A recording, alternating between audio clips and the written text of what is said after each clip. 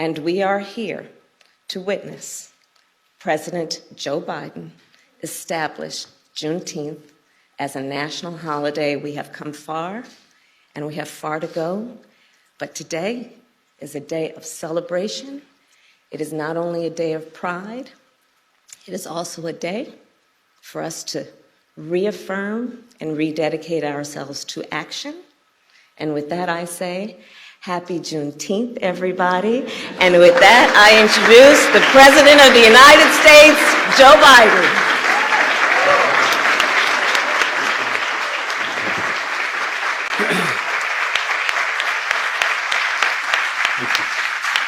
Thank you. Well, thank you, Madam Vice President. 156 years ago, 156 years, June 19th, 1865. John, thanks for being here. Major General of the Union Army arrived in Galveston, Texas, to enforce the Emancipation Proclamation and free the last enslaved Americans in Texas from bondage. The day, as you all know, and we repeat some of what was said, became known as Juneteenth. You all know that. A day that reflects what the Psalm tells us.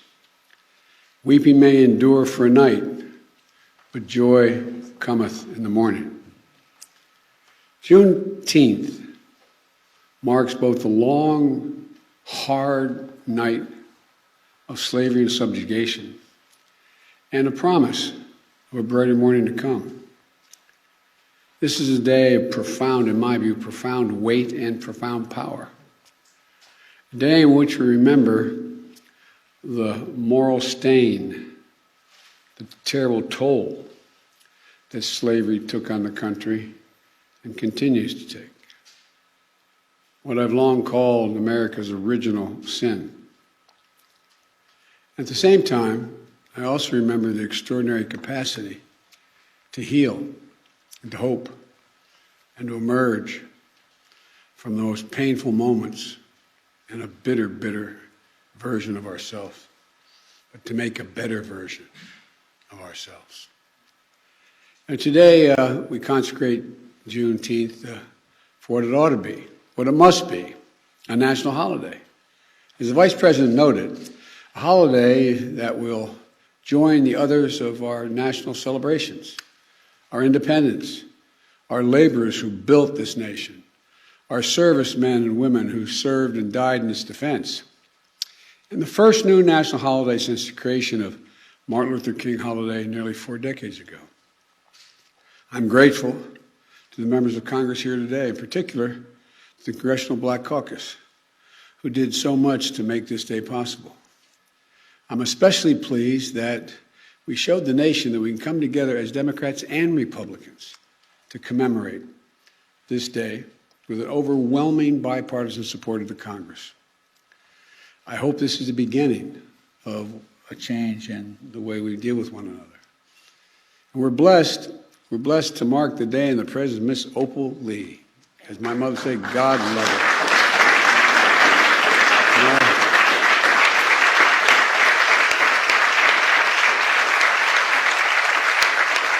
I had the honor of meeting her in Nevada more than a year ago. She told me she loved me, and I believed it. I wanted to believe it. Ms. Opal, you're incredible. A daughter of Texas, grandmother of the movement to make Juneteenth a federal holiday. And Ms. Opal is, you won't believe it, she's 49 years old. Or 94 years old, but you are an incredible woman, Ms. Opal. You really are. As a child growing up in Texas, she and her family would celebrate Juneteenth. And Juneteenth, 1939, when she was 12 years old, a white mob torched her family home. But such hate never stopped her, any more than it stopped the vast majority of you I'm looking at from this podium. Over the course of decades, she's made it her mission to see that this day came. It was almost a singular mission. She's walked for miles and miles, literally and figuratively, to bring attention to Juneteenth, to make this day possible. I ask once again, we all stand and give her a warm welcome to the White House.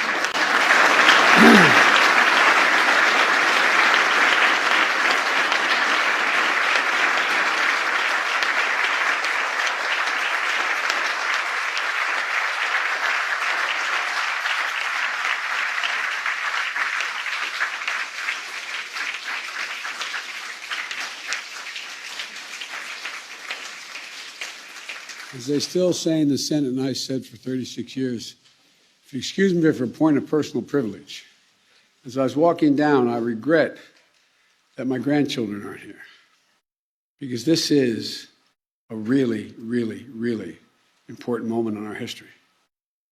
By making Juneteenth a federal holiday, all Americans can feel the power of this day and learn from our history and celebrate progress and grapple with the distance we've come, but the distance we have to travel, Jim. You know, I said a few weeks ago, marking the 100th anniversary of the Tulsa Race Massacre, great nations don't ignore their most painful moments. Great nations don't ignore their most painful moments.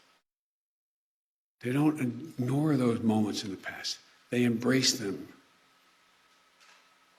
Great nations don't walk away. We come to terms with the mistakes we made.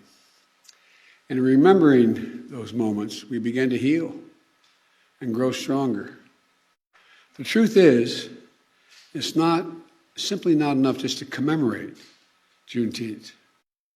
After all, the emancipation of enslaved Black Americans didn't mark the end of America's work to deliver on the promise of equality. It only marked the beginning. To honor the true meaning of Juneteenth, we have to continue toward that promise, because we've not gotten there yet. The Vice President and I and our entire administration and all of you in this room are committed to doing just that. That's why we've launched an aggressive effort to combat racial discrimination in housing. Finally address the cruel fact that a home owned to this day by a Black American family is usually appraised at a low rate for a similar home owned by a white family in a similar area. That's why we committed to increasing Black home ownership, one of the biggest drivers of generational wealth. That's why we're making it possible for more Black entrepreneurs to access capital, because their ideas is good, they lack the capital to get their fair share of federal contracts so they can begin to build wealth. That's why we're working to give each and every child 3 and 4 years of age, not daycare, but school in a school. That's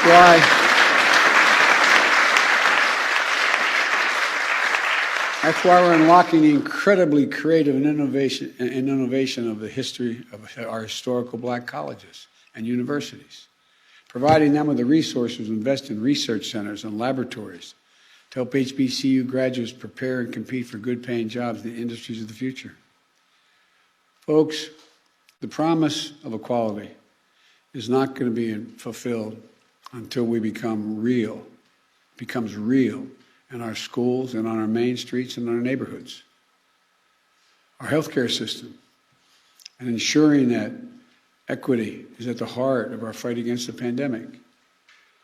And the water that comes out of our faucets, and the air that we breathe in our communities, and our justice system, so that we can fulfill the promise of America for all people, all of our people.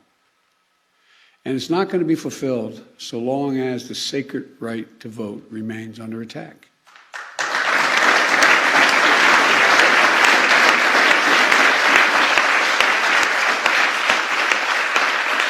We see this assault from restrictive laws, threats of intimidation, voter purges, and more. An assault that offends the very democracy, our very democracy. We can't rest till the promise of equality is fulfilled for every one of us in every corner of this nation. That, to me, is the meaning of Juneteenth. That's what it's about.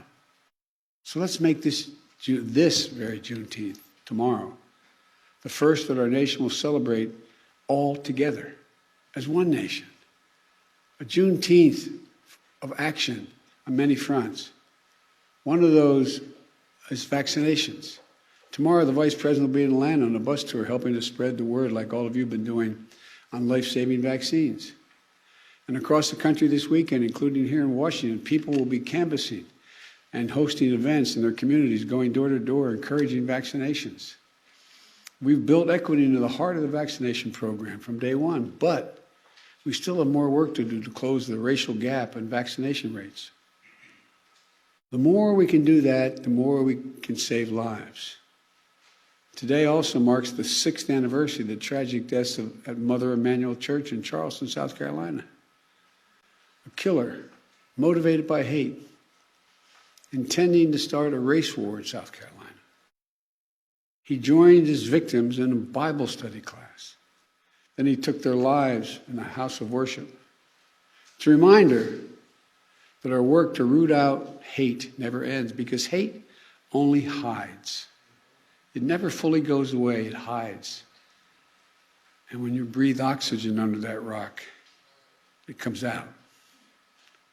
And that's what we must understand, that Juneteenth represents not only the commemoration of the end of slavery in America more than 150 years ago, but the ongoing work to have to bring true equity and racial justice into American society, which we can do.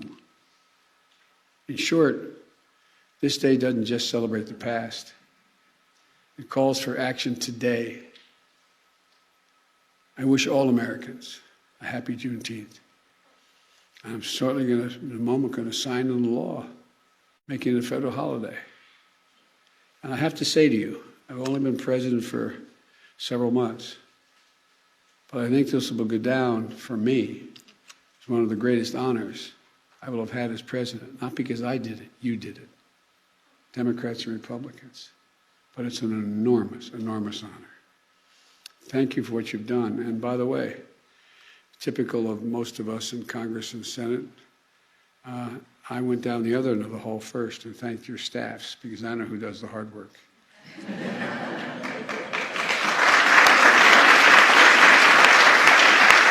No, they're down there. They're at the other end. But I thank them as well. May God bless you all, and may God protect our troops. Thank you. Now,